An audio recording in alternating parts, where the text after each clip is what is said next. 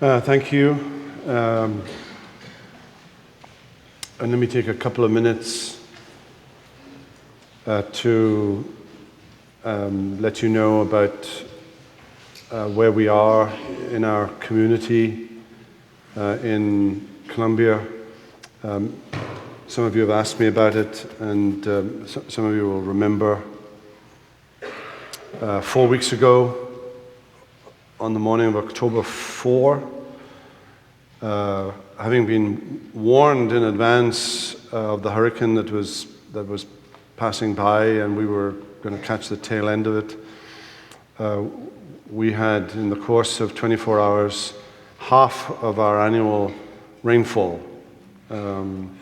We get 40 inches a year in South Carolina, and we got 20 inches on that Saturday.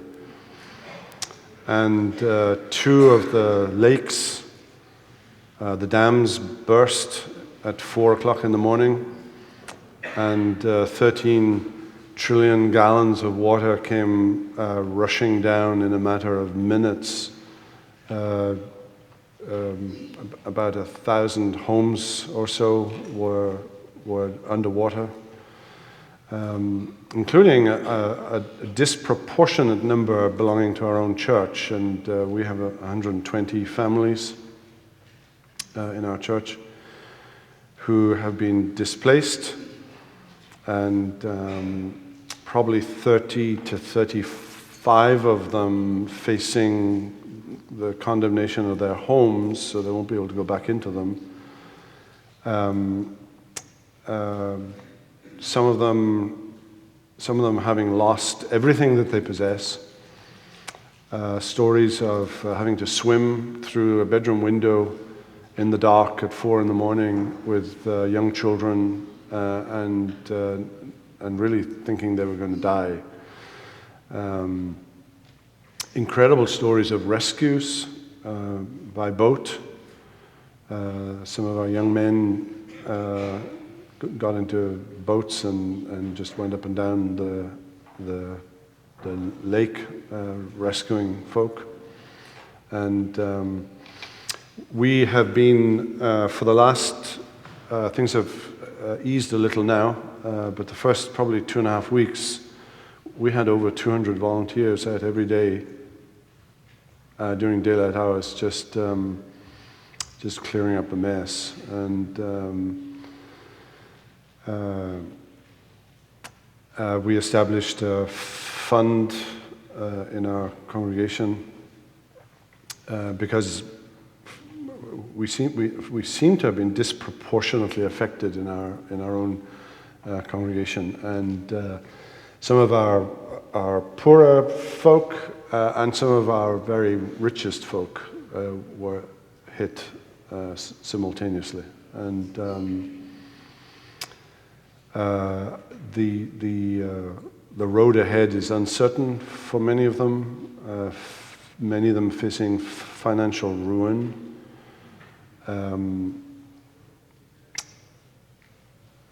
And that's where we are. And we have a committee of experts. We've taken advice from similar floodings in other cities, from sister churches as to how we should go about addressing this. And it sort of has preoccupied us for the last month. A tail end of the narrative is that 2 weeks before the flooding, we had embarked on a capital campaign trying to raise $8 million. And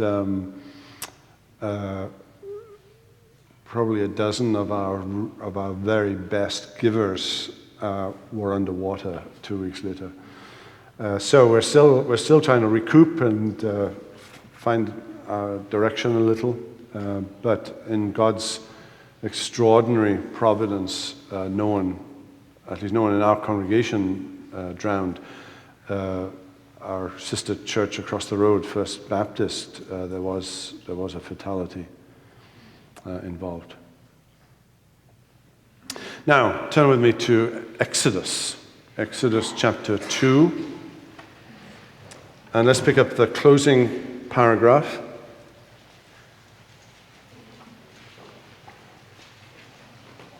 Let's try and think through what it is we're trying to do here today. I'm actually trying to do the impossible. I teach a course on covenant theology, which is 24 hours of lectures, and I'm trying to condense it now into 4. So obviously I'm missing out a whole lot of stuff, and some of it very technical stuff, and some of that may come up in the Q&A for sure. But we're about to enter now into perhaps one of the more sensitive and difficult and controversial areas of covenant theology.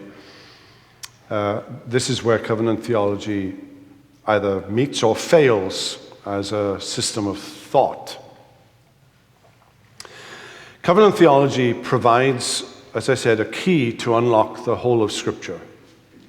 What is the key that addresses the question, what is God's redemptive purpose from Genesis to Revelation? Is there one purpose or are there 2 purposes? Or 3 or 4 or 5 or 6?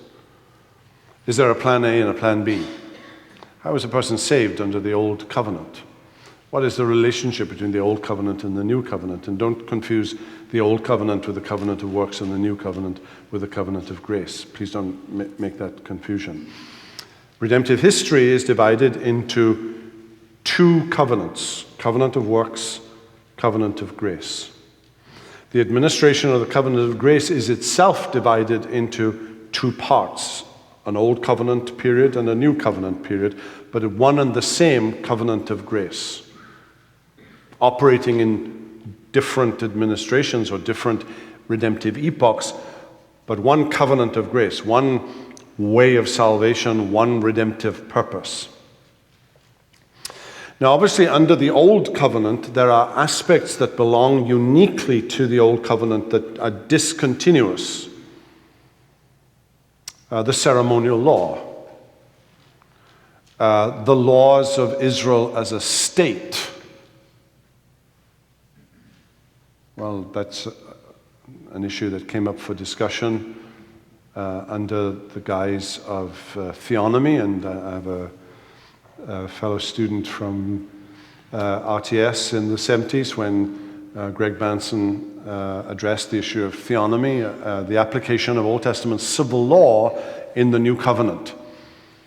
Should the modern state enact Old Testament civil laws? I think the answer of the Westminster Divines was very clear, and the answer was no, it should not. Only the general equity of Old Testament civil law is applicable under the New Covenant. But what happens now at the time of Moses? We've seen the administration of the covenant of grace, Genesis 3:15. We've seen it reestablished again and made firm in Abraham in Genesis 12, 15, and 17. We saw at the heart of the Abrahamic covenant the principle that the just shall live by faith, that as a result of Abraham's faith, righteousness was credited to his account, Genesis 15:6, which becomes the key verse for Paul's understanding of justification by faith. So when Paul wants to argue sola fide, right, sola fide, when Paul wants to argue sola fide in Romans chapter 4, where does he go to for the paradigm? Well, he goes to Abraham and David. Right, he goes to Genesis 15:6 and Psalm 32. Right, so the paradigm for the way of salvation for Paul is in the Old Testament. It's kind of Sunday school stuff we're doing here, right? But it has enormous implications. Because in simply doing that, we're already seeing a principle for the interpretation of Scripture, that there is one gospel, there is one way of salvation, and it is by faith alone in the promise of God. That promise which is first given in Genesis 3:15. Now, come with me to Exodus chapter 2 and verse 23.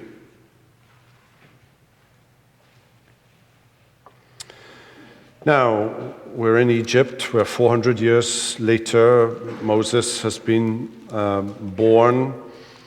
He has been set adrift in the river, being rescued by Pharaoh's daughter in God's extraordinary providence, and you couldn't make up these stories.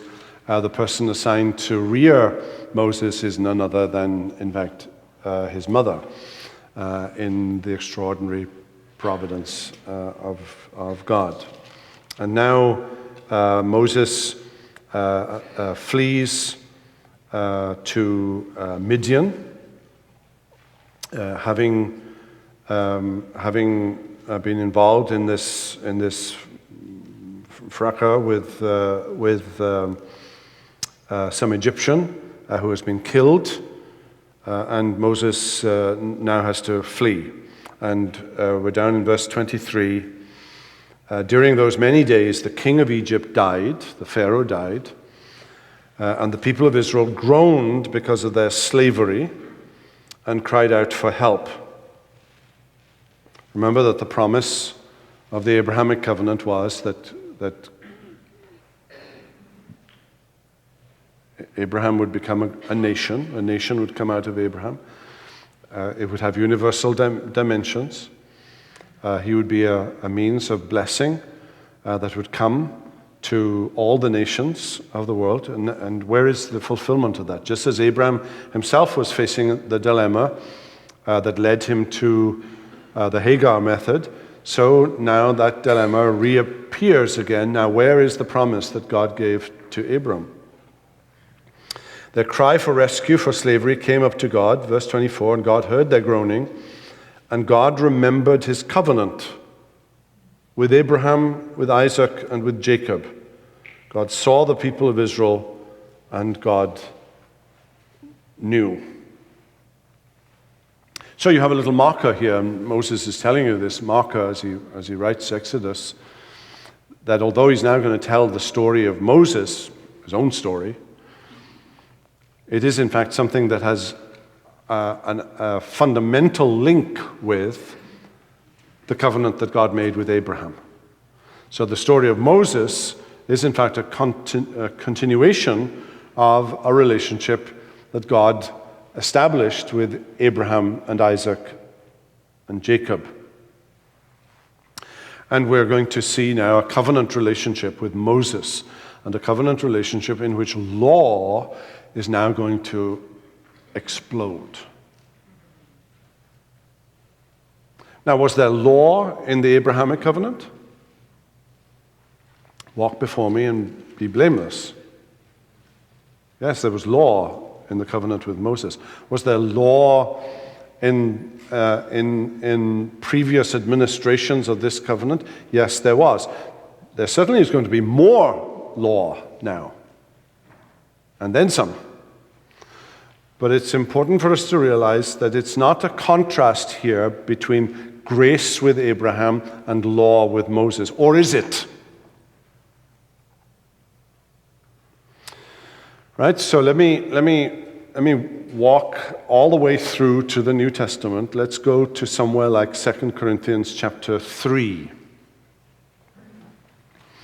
And what is Paul doing in 2 Corinthians chapter 3? He is comparing, or perhaps better, contrasting the old covenant and the new covenant. Right? He's not contrasting the covenant of works and the covenant of grace. He is contrasting the covenant of grace as it operates under the old covenant and the covenant of grace as it operates under the new covenant. And this is what he has to say. He talks about himself as being a minister of the new covenant. And then he says, for example, in verse 7, and he's talking about the old covenant, and he's describing it. And how does he describe the old covenant? And when Paul thinks of the old covenant, his go-to place is Moses. Right? It's not Abraham, it's Moses. When he thinks about the old covenant, he thinks primarily about Moses. And what does he say? He calls it in verse 7, this ministry of death. carved in letters of stone, in contrast with the ministry of the Spirit, verse 8, and even more glory. Right, so you've got this contrast here between a ministry of death and a ministry of life. Law carved on stone and something that's carved on human hearts. Right, so when Paul thinks of the Mosaic Covenant, which he sees as representative of the Old Covenant, he sees it as primarily a ministry of death, as something that kills, as something that destroys. So Paul, there's something about the Old Covenant that sets up in Paul an absolute contrast in relative terms, or perhaps a relative contrast in absolute terms. What is the difference between the Old Covenant and the New Covenant? Life and death. The Old Covenant is about law, the New Covenant is about life. Now, does Paul mean that there is absolutely no grace whatsoever in Moses? Does Paul mean that there's no law in Abraham? The issue that arises here with the Mosaic Covenant is one that divides dispensationalism from covenant theology, as one example. So dispensationalism, and I'm talking about classic dispensationalism, I'm talking about dispensationalism of 100 years ago, and not progressive dispensationalists, say of Darrell Bock or somebody like that from Dallas Seminary. Classic dispensationalism says there are two types of covenant, a conditional covenant and an unconditional covenant. Abraham would represent an example of an unconditional covenant, and Moses will represent a conditional covenant, a covenant with conditions. Now, I don't accept that distinction because there are obligations, conditions, if you like, to the Abrahamic covenant. There are things that you're supposed to do. Right? They're not conditional for the initiation of the covenant, for the inauguration of the covenant, but they're still obligations. Another issue where the Mosaic Covenant has played a significant part is, and certainly my friend will remember from the 1970s, the Lordship Debate. John MacArthur versus the world. Zane Hodges, remember Zane Hodges wrote a book called Absolutely Free, a book that said that you could have all of the privileges of the gospel. You could have Jesus as Savior, but not necessarily have him as Lord. And you would get to heaven by the skin of your teeth, interpreting 1 Corinthians 3 in a certain direction, saved as by fire. You just wouldn't get as many rewards, but you'd still get there, without any submission to the Lordship of Christ. And of course, John MacArthur really came into his own sort of nationwide through that debate on the so-called Lordship Debate of the 1970s. Now, that issue has never gone away. It springs to life in different forms and with different names. But another issue where the Mosaic Covenant would be important would be the theonomy and reconstruction. Again, 1970s, the function of Old Testament civil law, the function of Rushduni, the function of Old Testament biblical law in general, or you have Gary North, the function of Old Testament economic laws in the New Covenant and so on. all of which centers around the Mosaic Covenant. Today we have the issue again, say with our friends in Escondido, the book that was published a year or 2 or 3 ago, The Law is Not of Faith, with authors like Brian Estelle and Van Drunen and Fesco and other faculty members of Westminster Seminary in California. Again, the issue is the Mosaic Covenant and whether the Mosaic Covenant introduces, and let me use the technical language here, a republication of the covenant of works. What happens? You've got the covenant of works, and then you've got the covenant of grace in Abraham. What happens with Moses? All of a sudden, when you come to Moses, is there a return to a covenant of works principle? Is there a return to do this and live principle as opposed to live and do this? I do this and live, covenant of works. Abraham, live and do this, there are obligations. Now what happens with Moses, is it a return again to the covenant of works, live and do this? And that debate is a current debate. It's kind of hot and heavy, and it's nuanced, and not everybody's saying the same thing. And you can push people, and some of my colleagues and friends, like Fesco and Estelle and Van Drunen and others, you can push them into a corner and make them say things they're actually not saying. The book was uneven in its portrayal of, they weren't all in the same place advocating this, but all of them were saying there is at least an element of the covenant with Moses that seems to be reintroducing the principle of the covenant of works. Let me go up and then come back down again, and just for the sake of 4 or 5 of you maybe, there was a review of The Law is Not of Faith by the systematician at Mid-America, whose name is I now can't remember, Cornelis Venema, that appeared, I want to say, in the Westminster Theological Journal of Westminster East, as opposed to Westminster West. It was a very lengthy review. It was 60, 70, 80 pages. It was typical Venema. It was kind of no holds barred, taking no prisoners. So if you want to pursue that issue, I will send you there. But I'm going to come back down now and look at the Mosaic Covenant.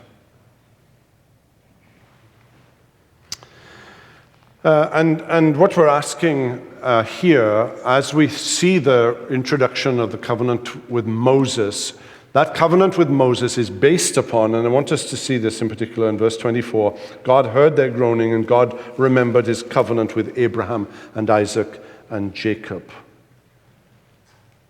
And that's very important. So whatever God is now going to do with Moses, it's based upon the promise that he had made to Abraham, Isaac, and Jacob. And there is a suggestion there that the Mosaic Covenant is in some form, in some shape, a continuation of something that he has already established with Abraham and Isaac and Jacob. That what God is going to do with the people of God under the leadership of Moses is to bring to progressive fulfillment promises that he had already made to the patriarchs, to Abraham, Isaac, and Jacob. So it's not a new thing, it's a continuation of an old thing.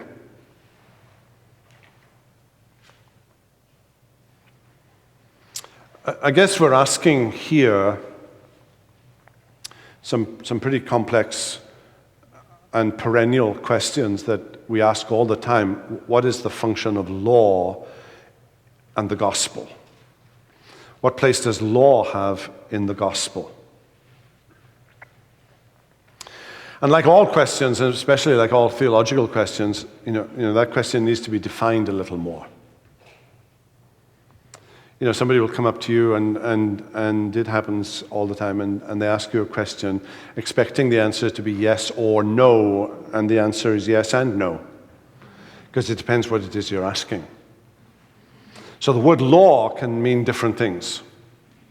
So let's take a classic Reformation understanding of the various aspects of law. There are three kinds of law, first of all. There's moral law. By moral law, we mean the Ten Commandments. Let's take one of them, honor your father and mother. Is that a law that operates in the New Covenant as well as the Old Covenant? Are we obligated to obey our parents under the New Covenant? Before you answer, please make sure you read Ephesians 5. Because Paul is very, very, very plain that children are to obey their parents. Duh. I mean, are the Ten Commandments still in operation? I mean, let's not go into a discussion on the fourth commandment for a minute. Perhaps because there are aspects of the fourth commandment that are also ceremonial, right? But let's avoid that question for now, and let's just talk about the Ten Commandments rather than an implied 9 commandments. Because that's how we effectively work, isn't it? We really are 9 commandment people, not 10 commandment people. And there's nowhere in the New Testament that talks about the number 9. 3 seems to be important, and 7 seems to be important. But 9 just doesn't figure in the New. There's not a verse that comes to my head with 9 in it. Right. So let's just talk about the Ten Commandments. Do the Ten Commandments given to Moses on Mount Sinai, Exodus 20, Deuteronomy 5, are the Ten Commandments still operating into the New Testament? Answer is yes. Yes, yes, yes, yes, yes, yes, yes.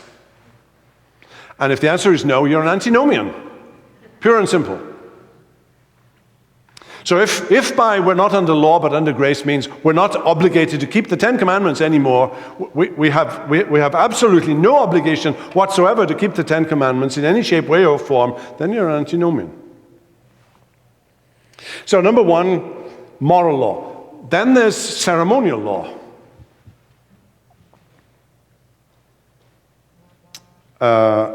Offering pigeons.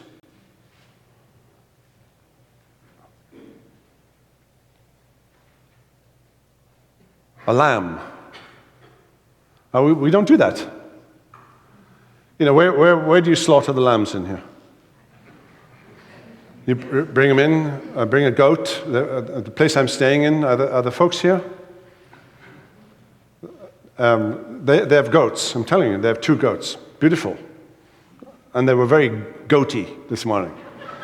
and doing goaty sort of things that are so funny. So, of course, I did what everybody does and took movie pictures and doing all their goatee things. And because they're fascinating creatures. And, playing who's the king of the castle? I am, no, I am, no, I am, no, I am. And, but where are you going to kill these goats in here? You're going to bring them here, Joey and Blodwyn, and you're going to slit their throats and catch the blood in the basin, and then throw it on this stained glass window. Right? So, because that's the kind of thing that you would have to do under the Old Covenant. Right? Well, those things don't continue. Right? And where do we see those things not continuing? Well, Acts 15 would be a good place to go. And the church talked about it and said we're not under any obligation to keep the ceremonial law of the Old Testament anymore. Right? They're not talking about the Ten Commandments, we're talking about ceremonial law. The shirt that you're wearing or the underclothes that you're wearing is probably made of more than one kind of thread. Well, you're violating a very basic principle of the Old Testament here, right? About mixing fibers. What's for lunch, ladies? What's for lunch? Is there crab or scallops? No. What about pork? Bacon? We're having kosher food. Okay? This doesn't help my illustration at all. I just wanted a yes in there somewhere. In other words, I had bacon for breakfast this morning. Phenomenal. Absolutely phenomenal. But I was violating Old Testament ceremonial law, food laws. Acts 15 makes it very clear we're not under any obligation to keep Old Testament food laws. There's a big brouhaha between Paul and Peter in Acts chapter 2 in Antioch when Peter is sitting with the Gentiles and he's eating pork belly sandwiches with Gentile buddies until the heavyweights from Jerusalem, James and so on, come, and all of a sudden Paul is eating kosher food and eating and sitting with his Jewish buddies, and Paul withstands him to the face because he has denied the gospel. That's one showdown I'd love to see. If I get into a time machine, into Doctor Who's TARDIS and go back, I want to go to Antioch and the Paul and Peter showdown at noon.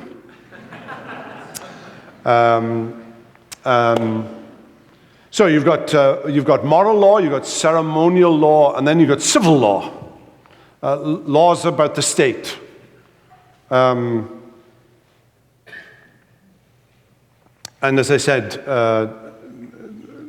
there were discussions about the propriety of enacting Old Testament civil law in the modern state at the time of the Puritans, at the time of when the Pilgrim Fathers were trying to enact law in New England, for example. Those were the kinds of things they were discussing. The answer of the Westminster Confession is only the general equity of such civil law is applicable in the modern state, but the exactitude of these laws are no longer applicable in the modern state.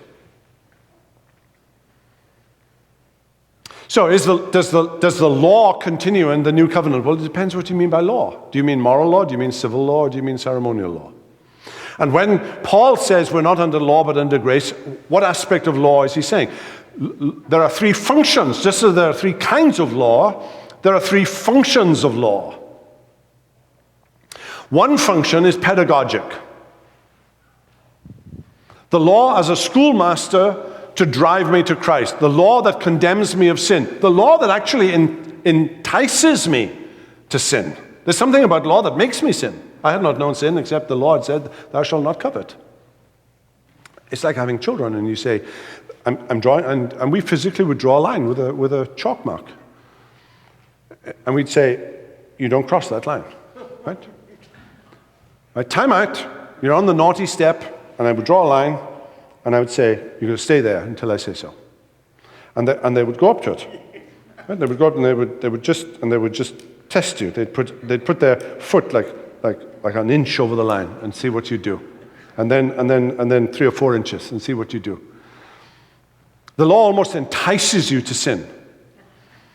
It convicts you that you're a sinner, that you're in need of the gospel. That's one aspect of the law, the pedagogic use of the law.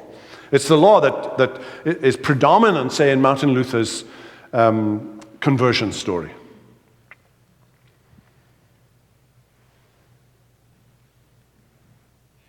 Then there's the civil use of the law. The use of the law as a guide for civility.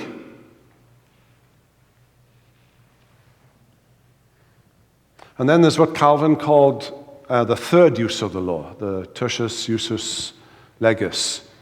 The law as the guide, the norm for holiness. What does it mean to be Jesus-like? What shape does that take? So when Paul says we're not under law but under grace, does he mean the pedagogic use of the law? Does he mean the civil use of the law? Or does he mean the third use of the law? Gordon McConville, Old Testament scholar, wrote a book, a commentary on Deuteronomy. The book of Deuteronomy is set, of course, in the plains of Moab, just before the conquest of Israel on the eastern side of the river Jordan. And the Israelites have been wandering in the wilderness for a generation, and now they've come to Moab, and there is a repetition of the Ten Commandments in Deuteronomy chapter 5. Of what had been given in Exodus chapter 20. And a great deal of the book of Deuteronomy is about law. It's about what they're to do and how they're to perform and how they're to live once they conquer the land of Israel and of Canaan and occupy Canaan, how they're to live and how they shape their lives and so on. And Gordon McConville called this commentary on the book of Deuteronomy Grace in the End. It was a good title, Grace in the End. Because the book of Deuteronomy is about law, and law, and law, and law, and law, and law, and law, and then grace. In the end, it's about grace. It's not a book that says we're returning to a covenant of works. Do this and live. It's actually, in the end, it's about live and do this.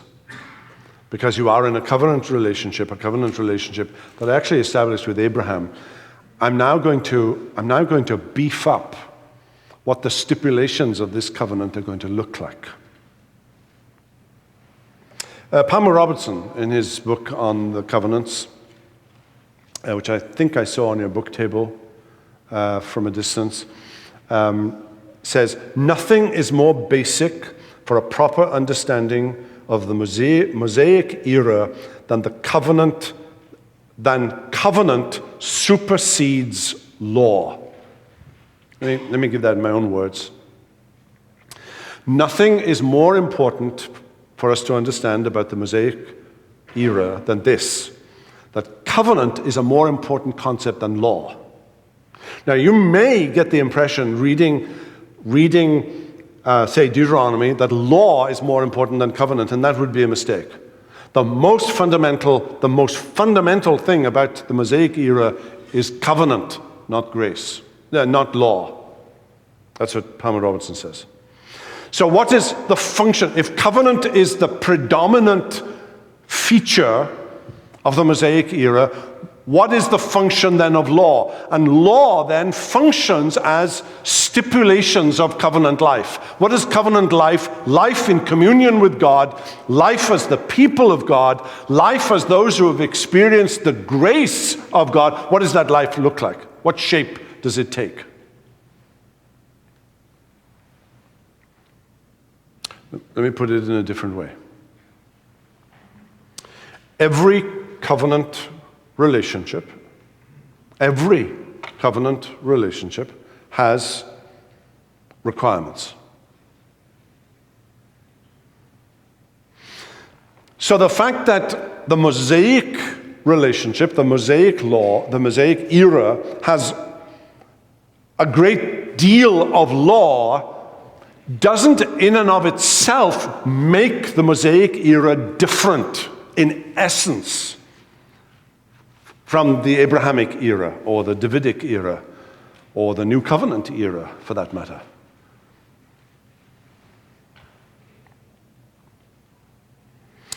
Law is the household instruction for the faithful. It's the household instruction for the faithful. Now, basic to a classic, Reformed,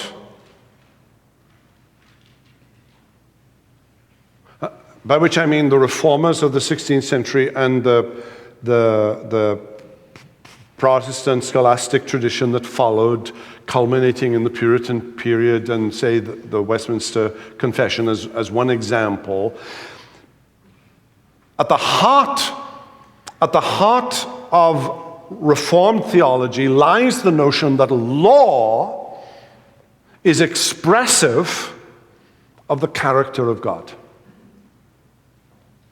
Right? Law is a way of describing what God is like. Law is an extrapolation of the holiness of God. There is nothing sinful or evil about law itself. The law is not sin.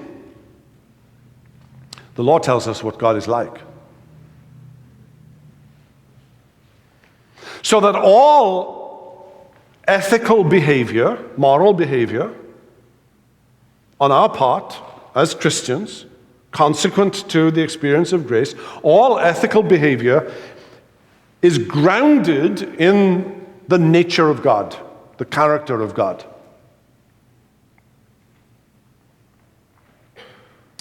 God writes the law with his own finger. The laws given on Sinai was written by the finger of God. So the law is good. Paul will address that issue in Romans. The law is good. The law is righteous. Now, there was law, of course, before Sinai. There was natural law. The moral law was given in the form of natural law before Mount Sinai.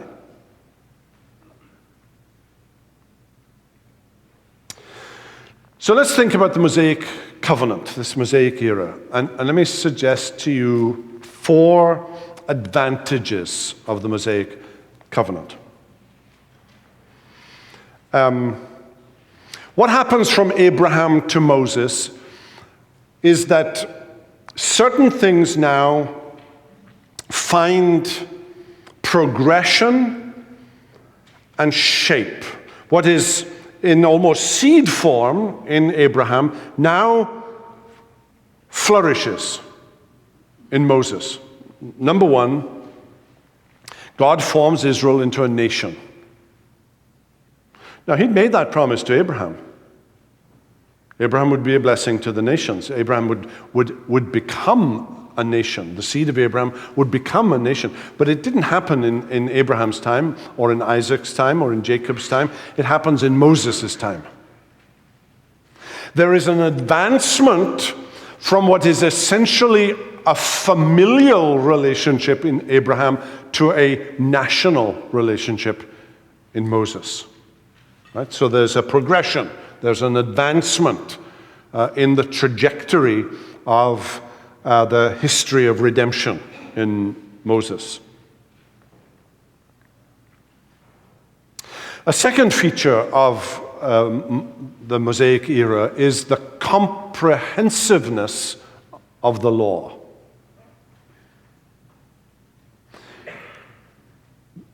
The law, which is in like bud form in Abraham, now bursts forth into bloom in Moses. Right? It is there in seed form, in bud form in Abraham, but it expands and flourishes and becomes comprehensive. Law about every aspect and every detail of your life.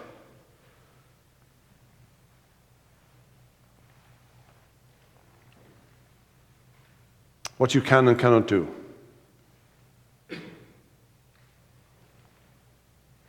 A third feature. The Mosaic Covenant and the Mosaic era has a greater capacity to humble you, because it addresses every area of your life. You can't move for law.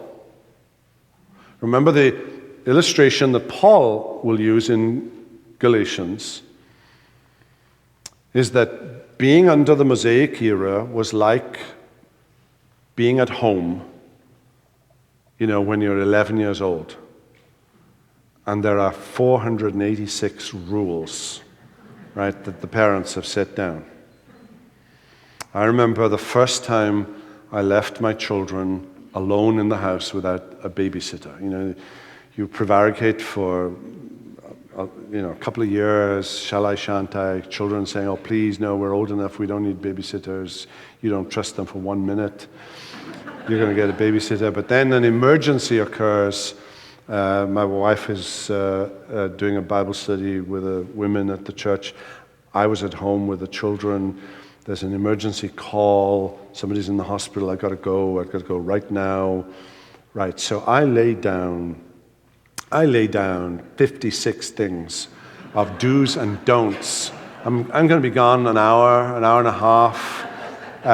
It's nighttime. My kids are, I don't know how old they were. They were 13 and 11 or something like that. And but of those 56 rules, there were like 3 that I repeated like 5 times, and there was one I kept on saying, "Do not open the door to anybody." Right? Just do not open the door to anybody. I don't know why I made that number 1, but that was my number 1 thing. As it happens, this is Belfast. This was the 1980s. A bomb went off, blew up lots of houses and stuff several miles away, but it blew in our front door. So as I'm driving up the driveway, my children are screaming. So that was my first experience of not having a babysitter.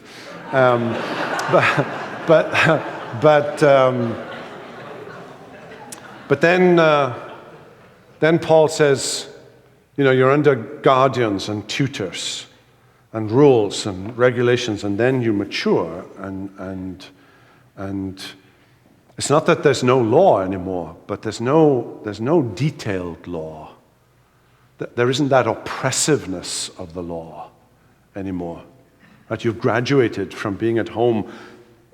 No, don't follow the analogy about kids going off to college. That doesn't work. Right?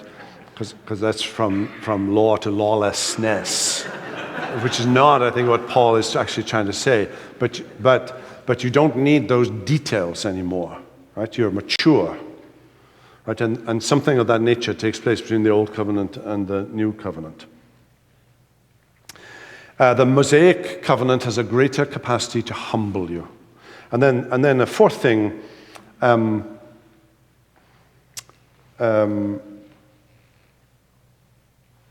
Mosaic Covenant, with all of its law, defines in greater detail the idea of holiness and what the holiness of God actually means. What does it actually mean to sin? What does it actually mean to come before a God who is sinless? What does the holiness of God actually mean? And think of how Old Testament. Think of Isaiah. I become a citizen, but I still say Isaiah.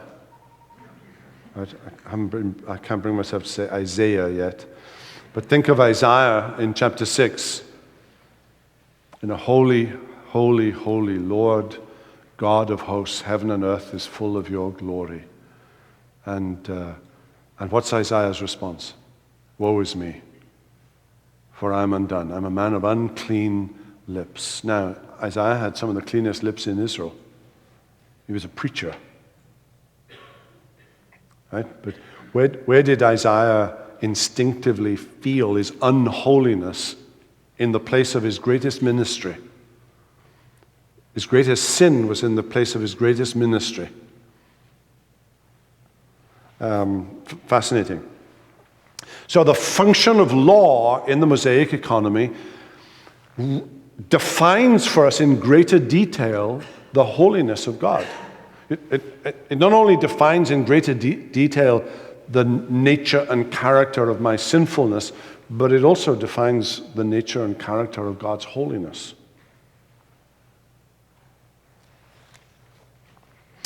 Now, let me take you to a couple of texts now, just to get a kind of picture of what we're talking about. Let me take you to Exodus. Exodus 4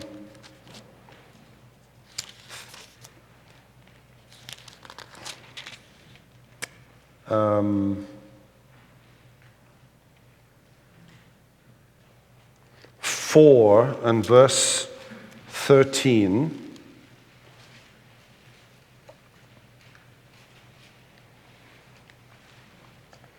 Sorry, Deuteronomy. I'm in the wrong book. Deuteronomy. Let's go to Deuteronomy chapter 9. Deuteronomy chapter 9 and verses 9 and 11. This is Moses, and let's pick it up at verse 9. Deuteronomy 9:9. When I went up the mountain to receive the tablets of stone, the tablets of the covenant that the Lord made with you, I remained on the mountain 40 days and 40 nights. I neither ate bread nor drank water. And the Lord gave me the 2 tablets of stone written with the finger of God, and on them were all the words that the Lord had spoken with you on the mountain out of the midst of the fire on the day of the assembly. And at the end of 40 days and 40 nights, the Lord gave me the 2 tablets of stone, the tablets of the covenant. Now, do you notice what's taking place there?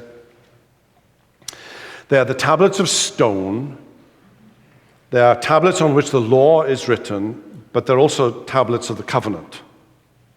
Remember how circumcision was identified with covenant in Abraham? Well, now the law is identified with covenant.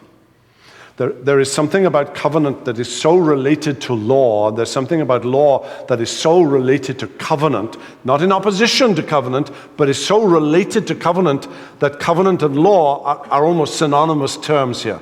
They are the tablets of stone, they're the tablets of the law, but they're also the tablets of the covenant. So Paul is saying to you, he's giving you, Moses is giving you a clue that this administration that has about it all of this law is not to be seen as an administration that is essentially in competition with or in opposition to the covenant.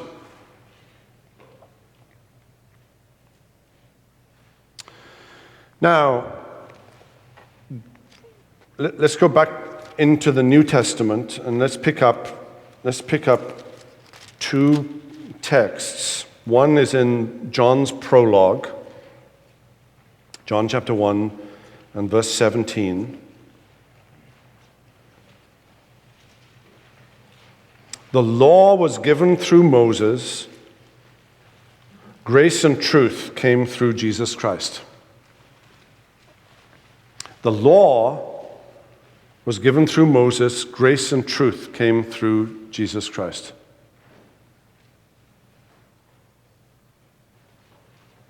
This is a relative contrast in absolute terms. Was there grace in Moses? Is John saying there was no grace in Moses? The very establishment of a covenant relationship is gracious. The covenant that God enters into with Moses is an administration of a continuation of a covenant that he had already established with Abraham, Isaac, and Jacob. So at the heart of a covenant relationship is grace. Was there no grace in Moses? Of course there was grace in Moses, but there was more law. Right? The predominant feature of Moses is law. Well, let me turn it around. Law was given through Moses. Grace and truth came through Jesus Christ. Is there no law in Jesus Christ? Well, please tell me how to read the Sermon on the Mount. Of course, some dispensationalists say that the Sermon on the Mount is not for Christians because it is out of accord with an idea of an administration of grace. Right? So there's the tension. What John is giving you here, I think, is a relative contrast, but he's giving it to you in absolute terms. The predominant feature of Moses' law, the predominant feature of Christ is grace. But that's not to say that there is no grace in Moses or that there's no law in